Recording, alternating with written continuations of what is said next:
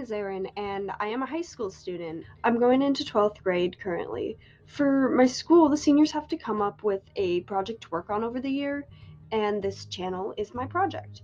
I am starting this more for other teenagers who need help than for my project, and my wish is for other people like me to receive knowledge that they otherwise wouldn't have access to.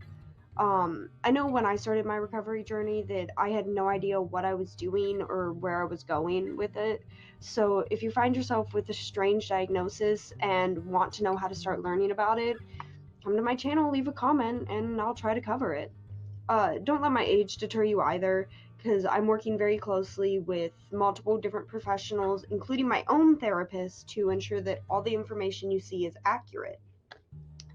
I also wish to become a one-on-one talk counselor for children's and teens, so I feel it is very important to show that I know what I'm doing. So from here on out, the video is going to discuss my own personal story in a way so that you can learn more about me and why I know that this is what I need to do for my project. Um, I was diagnosed with depression and anxiety back in 6th grade. I didn't really know much about either of them and didn't completely believe it. And after a few years, I learned how to begin managing it in my own way, even though it wasn't really the best way to handle it, nor was it a healthy way to do so.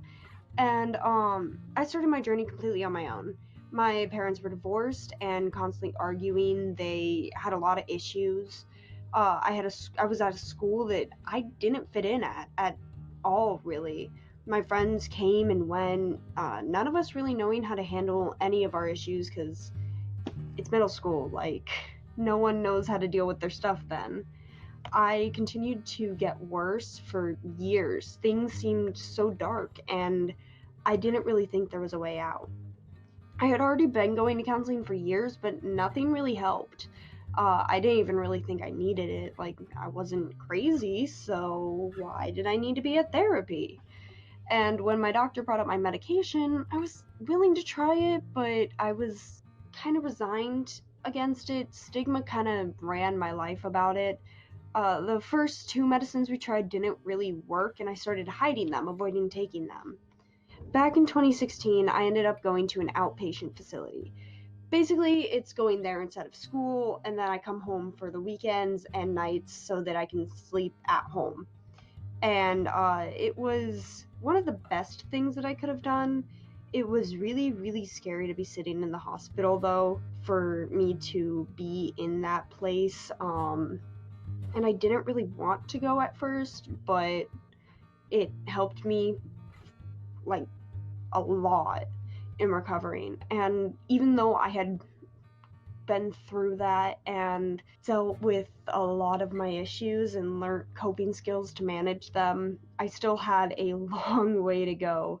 I was still dealing with my abusive mother, and there really seemed to be no escape from it all. I came out to my mom as trans earlier that summer, and after a few months after that, she kicked out both my brother and I.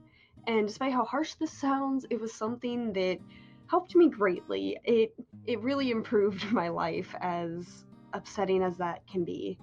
I met the woman that became my stepmom soon after, and even though I was terrified she would be like my birth mom, I gave her a chance, and she's really helped too. Throughout this time, I researched mental illnesses on my own so that I could get a better grip on the ones that I was diagnosed with, and I tried to find really anything that could help me even slightly. Nothing really seemed to be working. Even though so many things were getting better, I was still just hurting so much. And by the end of 2017, early 2018, like right on New Year's, I was hospitalized again due to breaking up with my toxic ex. And this time I ended up in an inpatient facility for almost a week, about 4 or 5 days. Here they said that I was also at risk of an eating disorder and that my dad and stepmom really needed to try and help me through all of it. There were a lot of fights in mornings and night, a lot of me running to my room, slamming the door and stuff, as my parents tried to gauge what would really best help me in the situation I was in. These things still haunt me. I still regret a lot of it, but I know that I've improved and that my parents are still there for me. My parents then spent about 7 months looking for a therapist that they thought would actually be able to help me and would understand these situations that I've been through, and that eventually landed me with the therapist that I'm seeing now. Things are still improving every day.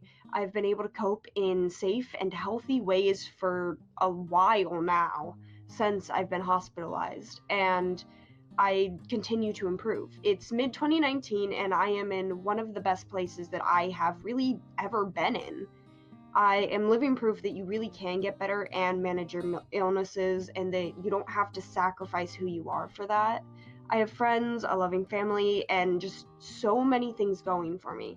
And I want to use my channel to try and help others understand how they can help themselves. Welcome to my channel, and I hope that it becomes a happy place to be and is as informative as possible.